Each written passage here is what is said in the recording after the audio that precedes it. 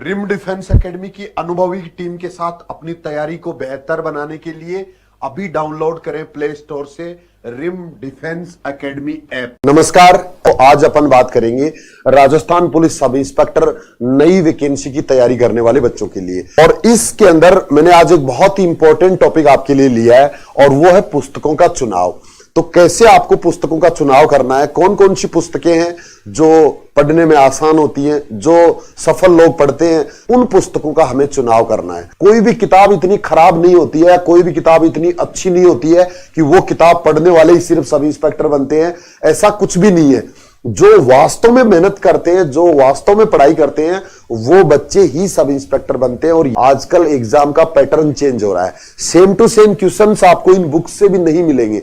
आप ये चाहो कि इस किताब में से सबसे ज्यादा क्वेश्चन मिले हैं, यहां तक कि जो ऑनलाइन में क्लासेस चलाई जाती है, जो ऑफलाइन में बच्चों को कोचिंग में पढ़ाया जाता है, जो बच्चे खुद किताबों से पढ़ते हैं, उनमें से डायरेक्ट क्वेश्चन मिलने वाला जमाना अब चला गया है। हर क्वेश्चन को घुमा फिरा के पूछा जाता है और उसके पीछे काम आता है आपका नॉलेज, कि आपको उस चीज को आपने कितना समझा है, उस टॉपिक को आपने कितना गहराई से पढ़ा है। वही बच्चे सिर्फ वो क्वेश्चन सही कर पाते हैं, बाकी बच्चे उसमें फंस के रह जाते हैं और नेगेटिव मार्किंग होने की वजह से उनको फिर नुकसान होता है। तो आप ये चीज समझिए, एग्जामिनर की जो सोच है उसको समझिए और उसके बाद पढ़ाई करिए, तब आप और अच्छा कर पाएंगे। तो सबसे पहले मैंने इसके 2 पार्ट बनाए हैं। आपको भी ये चीज समझना है कि शुरुआत नई तैयारी करने वाले बच्चों के लिए ये वाला स्टडी मटेरियल होगा। ये जो मैटर होगा ये उन बच्चों के लिए होगा जो बच्चे शुरुआत अभी कर रहे हैं, जिनकी स्टार्टिंग है, सेकेंड ईयर में है, फाइनल में है, पहली बार कंपटीशन की तैयारी शुरू कर रहे हैं। तो उनको कहां से शुरुआत करना चाहिए वो बुक्स मैंने अलग रख दी है। इसके अलावा वो बुक्स मैंने अलग रख दी है जो उन बच्चों के लिए है जो एक बार तैयारी कहीं कर चुके हैं, चाहे कोचिंग कर चुके हैं, चाहे वो ऑनलाइन पढ़ चुके हैं, चाहे वो बुक्स से पढ़ चुके हैं।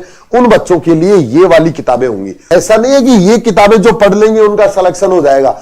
इन किताबों को पढ़ने के बाद इन्हीं बच्चों को ये किताबें भी पढ़नी पड़ेंगी। आगे वाली बुक्स बाद में पढ़नी है, पहले ये पढ़नी है फिर ये पढ़नी है। और जिनकी अच्छी तैयारी नहीं हुई है वो भी सीधा ये किताबें पढ़ेंगे तो समझ में नहीं आएंगी, पहले ये बेसिक बुक्स पढ़ेंगे। तो तैयारी को मैंने 2 पार्ट में बांटा है, एक तैयारी जो बेसिक तैयारी है और दूसरी तैयारी जो एडवांस तैयारी है। हम गलती ये करते हैं कि बेसिक अच्छे से करते नहीं है, उसके बाद में एडवांस पे सीधा किसी ने बता दी कोई किताब और वो चाहे एडवांस तैयारी की किताब है, उसी को पढ़ने में लग जाते हैं, फिर वो समझ में नहीं आती है, उसमें से कुछ फिर मिलता नहीं है, कुछ आता नहीं है और बाद में फिर हम निराश होते हैं। अगर आपने अभी तैयारी की है तो 6 महीने आप इस पे काम करिए और अगले 6 महीने इस पे करिए। अगर आप पहले बेसिक कर चुके हैं तो सिर्फ 6 मंथ में आप 3 महीने आप इसको पढ़ लीजिए, 3 महीने आप इसको पढ़ लेंगे, आराम से आप 6 महीने में भी अच्छी तैयारी कर लेंगे।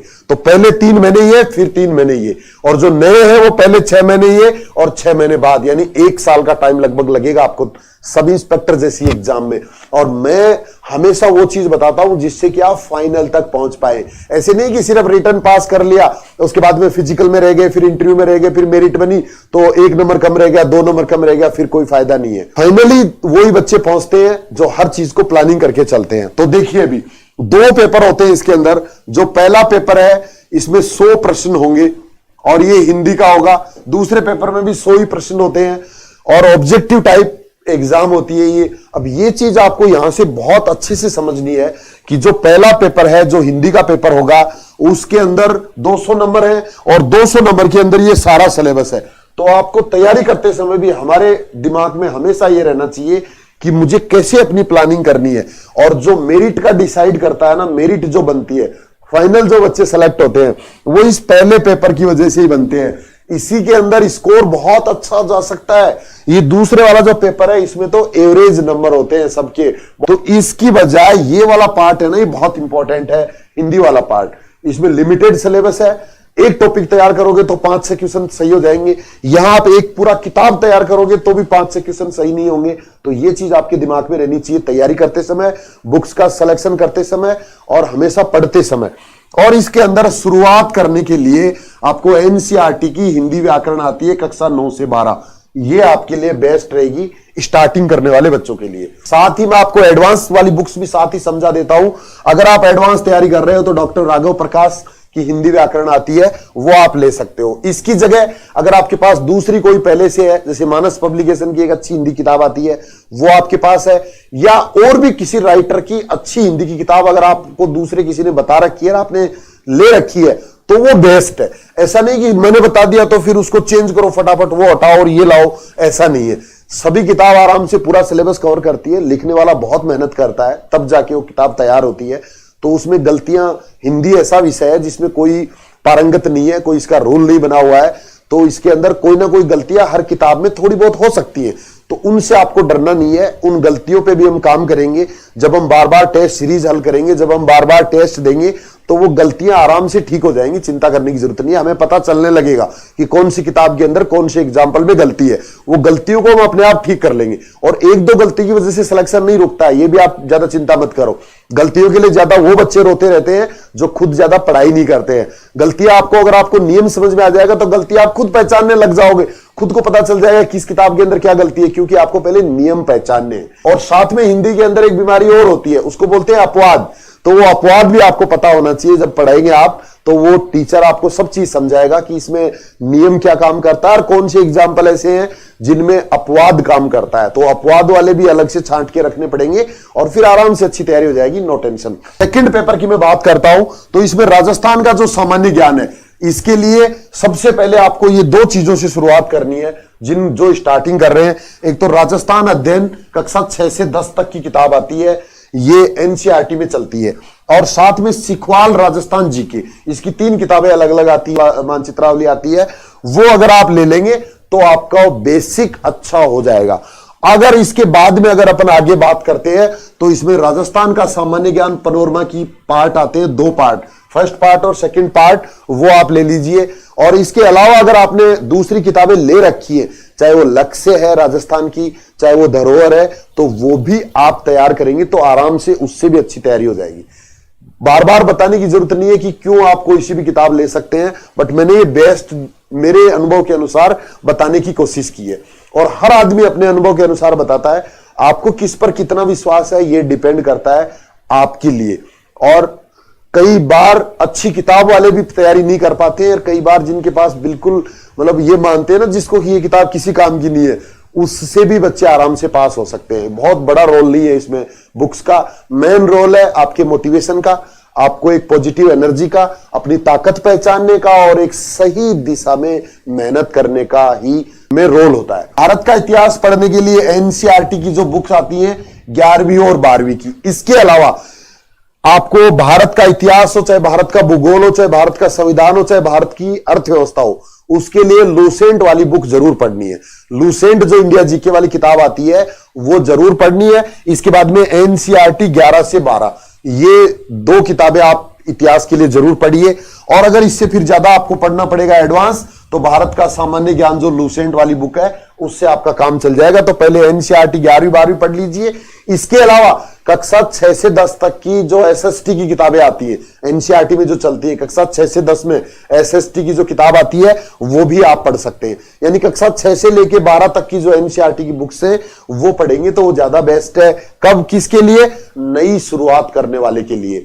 सीधा अगर आप लूसेंट पढ़ेंगे तो थोड़ी सी असुविधा आपको हो सकती है। अब इसके बाद में भारत एवं विश्व का भूगोल, तो इसके लिए भी एनसीईआरटी 11th 12th सेम।